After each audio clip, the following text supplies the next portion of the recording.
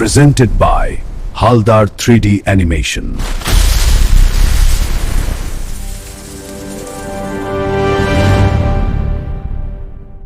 অন্ধকার জঙ্গলের গভীরে সন্ধ্যার পর কুয়াশা নামতেই অদ্ভুত নিস্তব্ধতা চারদিকে ছড়িয়ে পড়ে। পুরনো ভাঙা মন্দিরের সামনে হাওয়ার সঙ্গে সঙ্গে শোনা যায় অজানা ফিসফিস শব্দ। গ্রামের মানুষরা সূর্য ডোবার আগেই দরজা জানালা বন্ধ করে ভয়ে কাঁপতে থাকে।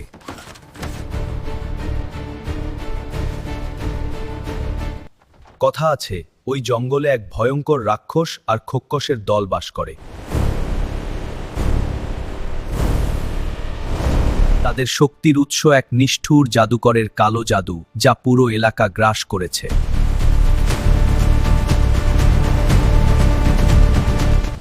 জানতে হলে চোখ রাখুন আজকের গল্প, রাক্ষসের অভিশাপ।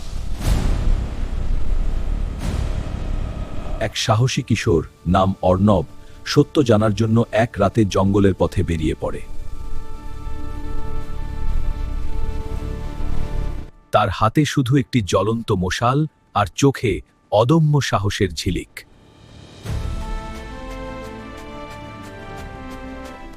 পথে হঠাৎ গাছের ছায়া নড়ে ওঠে, যেন কেউ তাকে অনুসরণ করছে।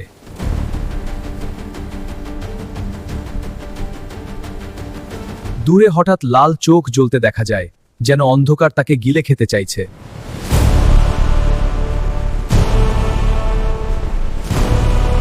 তবুও অর্ণব থামে না, ধীরে ধীরে এগিয়ে যায় ভাঙা মন্দিরের দিকে।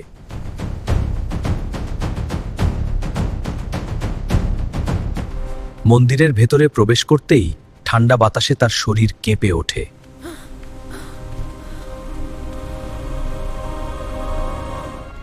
এই জায়গা থেকে ফিরে যাও এখনই।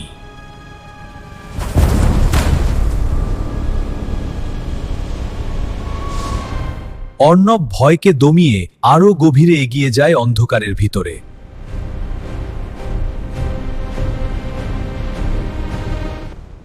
হঠাৎ এক খোক্কস তার সামনে এসে দাঁড়ায়, বিকৃত মুখে হাসতে থাকে।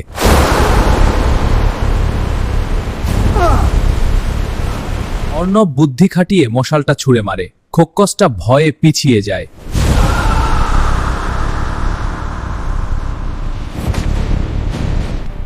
ঠিক তখনই মাটির নিচ থেকে গর্জন করে ওঠে বিশাল রাক্ষস।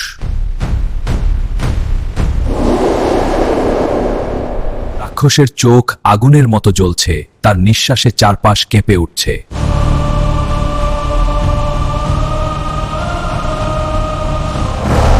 অর্ণব বুঝতে পারে, শুধু শক্তি দিয়ে এই লড়াই জেতা সম্ভব নয়।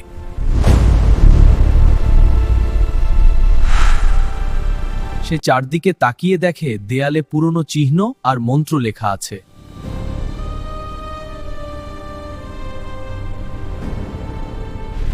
মন্ত্রগুলোই হয়তো এই অশুভ শক্তির দুর্বলতা, এই ধারণা তার মাথায় আসে। অর্ণব দ্রুত সেই মন্ত্র মনে রাখার চেষ্টা করে, আতঙ্কের মাঝেও।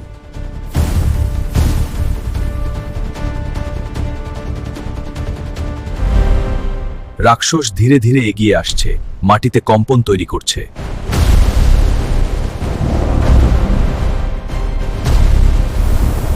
ঠিক তখনই অন্ধকারের ভেতর থেকে জাদুকর প্রকাশ পায়, ভয়ঙ্কর হাসি দিয়ে।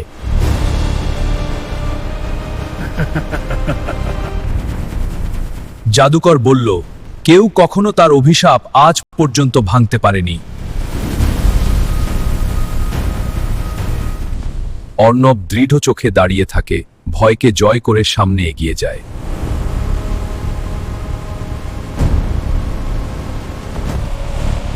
সে উচ্চস্বরে মন্ত্র উচ্চারণ শুরু করে, চারপাশে শক্তিশালী আলো ছড়িয়ে পড়তে থাকে এবং অন্ধকার কেঁপে ওঠে। প্রাচীন মন্ত্র উচ্চারণে অর্ণবের চারপাশে এক অদ্ভুত শক্তির সঞ্চার হতে থাকে। জাদুঘরের আঘাতের মাঝেও অর্ণব সেই মন্ত্রগুলোর দিকে তাকিয়ে দ্রুত পড়তে থাকে নির্ভীকভাবে। ভয়ঙ্কর কালো জাদু ও প্রাচীন মন্ত্র একে অপরের সঙ্গে সংঘর্ষে লিপ্ত হয়ে চারদিক কাঁপিয়ে দেয়। জাদুকর রাগে চিৎকার করে কালো জাদু ছুঁড়ে মারে অর্ণবের দিকে।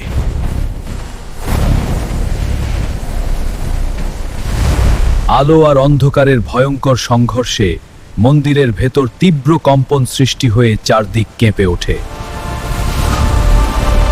দুই শক্তির সংঘর্ষে খোক্কসগুলো তীব্র আলোয় পুড়ে চিৎকার করতে করতে অদৃশ্য হয়ে যেতে থাকে। জাদুকর ধীরে ধীরে দুর্বল হয়ে পড়ে এবং তার শরীর ভেঙে ভেতর থেকে আবার সেই ভয়ঙ্কর রাক্ষসে রূপান্তরিত হয়।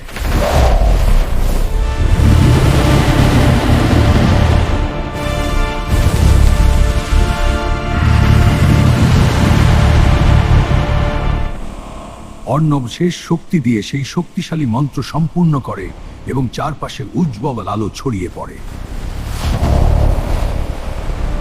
এক ঝলক তীব্র উজ্জ্বল আলো বিস্ফোরণের মতো ছড়িয়ে পড়ে এবং পুরো মন্দির আলোর স্রোতে ভেসে যায়। রাক্ষস ধীরে ধীরে তার আসল রূপে ফিরে আসে এবং শেষে ধুলোয় মিশে যায়। জঙ্গলের অন্ধকার কেটে গিয়ে ধীরে ধীরে শান্ত আলো ফিরে আসে।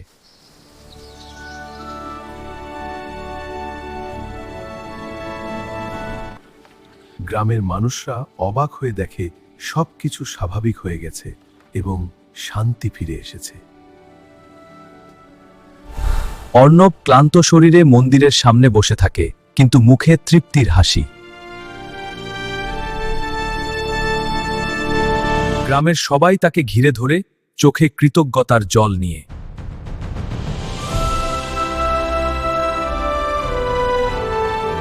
আজকে আমরা শিখলাম অদম্য সততা, সাহস ও নিষ্ঠার সাথে কোনো ভালো কিছুর জন্য এগিয়ে আসলে সর্বদাই জয়ী হওয়া যায়।